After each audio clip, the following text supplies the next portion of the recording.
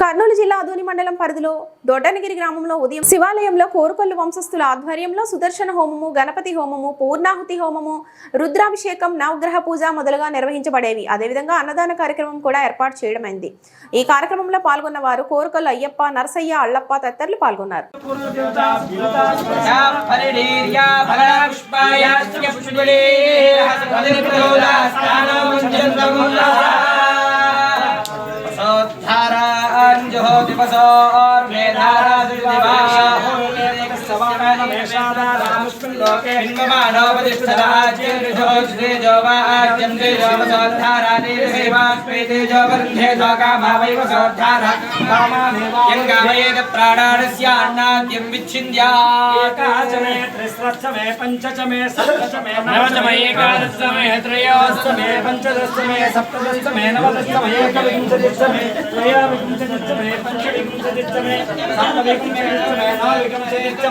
एकत्रमे सच्चमे त्रयस्त्रिगुं सच्चमे चतस्रश्चमे षष्ठमे द्वादशमे षोडशमे विगुंसतिश्चमे चतुर्विगुंसतिश्चमे चारविगुंसतिश्चमे द्वात्रिगुं षट्चमे षट्त्रिगुं सच्चमे चत्वारिगुं सच्चमे चतुर्विगुं सच्चमे स्थायी अकड़े किलोमीटर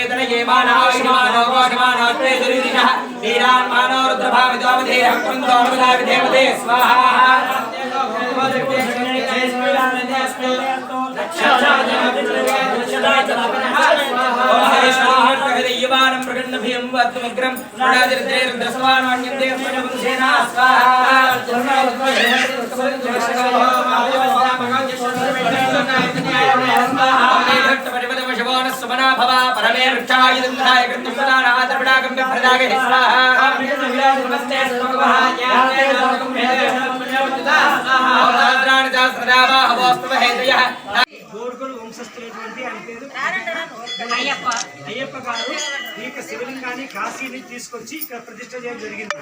కనీసం శతాబ్దం 100 ఏళ్ల క్రితం జరిగిపోయిన కార్యక్రమం ఇది.